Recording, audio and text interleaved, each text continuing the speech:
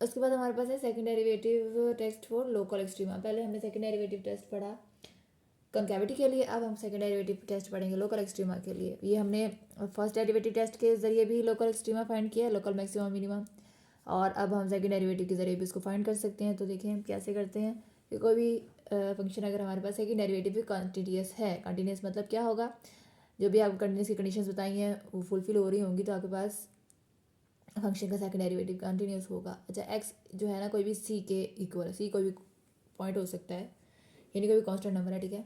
अब अगर तो फंक्शन का first derivative equal to zero है, उसका सेकंड डेरिवेटिव अगर लेस देन ज़ीरो है, लेस देन ज़ीरो है तो लोकल मैक्सिमम देगा, अगर ग्रेटर देन ज़ीरो है सेकंड डेरिवेटिव तो लोकल मिनिमम देगा, ठीक है। और अगर फंक्शन का first derivative equal to zero है और second derivative equal to zero है तो हम कहेंगे कि यहाँ पर टेस्ट फेल हो जाता है, यहाँ पर कुछ कुछ भी नहीं देगा, वो इन्फ्लेक्शन पॉइंट आ जाता है ना, मतलब ये कहने का मतलब है। उसके बाद आपके पास ग्राफ ड्रॉ करने के कुछ स्टेप्स हैं, फंक्शन हैं।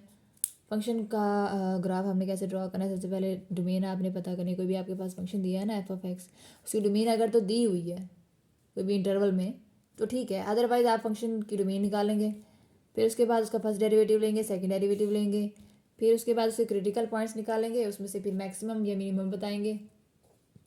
फिर हमने फंक्शन का चेक करना है वो इंक्रीजिंग है या डिक्रीजिंग है, फिर उसके इन्फ्लेक्शन पॉइंट्स फाइंड करने हैं, फिर एसिम्पटोट्स उसकी निकालनी है, और उसके बाद प्लॉट करना है, मतलब जो भी आपके पॉइंट्स आएंगे और आपने इसको ड्रॉ करना है। एसिम्पटोट्स इसमें समझने वाला टॉपिक है, एसिम्पटोट्स क्या होता है उसको मैं आपको एक लिंक भेज देती हूँ, आप देखिएगा इंशाल्लाह आपको उसमें समझ आ जाएगी। और इसके बाद जो आपके पास एग्जाम्पल्स हैं उनमें बहुत डिटेल में एक एक स्टेप करके सॉल्व किया हुआ है उन्होंने, ठीक है, वो आप देखिएगा, नहीं समझ आएगा तो मैं समझा दूँगी।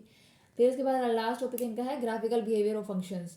वो उसमें जस्ट आपको कर्व की शेप्स बताई हुई हैं कि अगर आपके पास first derivative greater than zero है तो आपके पास कर्व किस तरह से बन सकती है, अगर आपके पास लेस देन जीरो है तो कर्व किस तरह बनेगी, कनकेव अप कैसी की शक्ल कैसी होगी, कनकेव डाउन की शक्ल कैसी होगी, इस तरीके से आपको जो है ना वो शेप सजेस्ट बताई हुई हैं।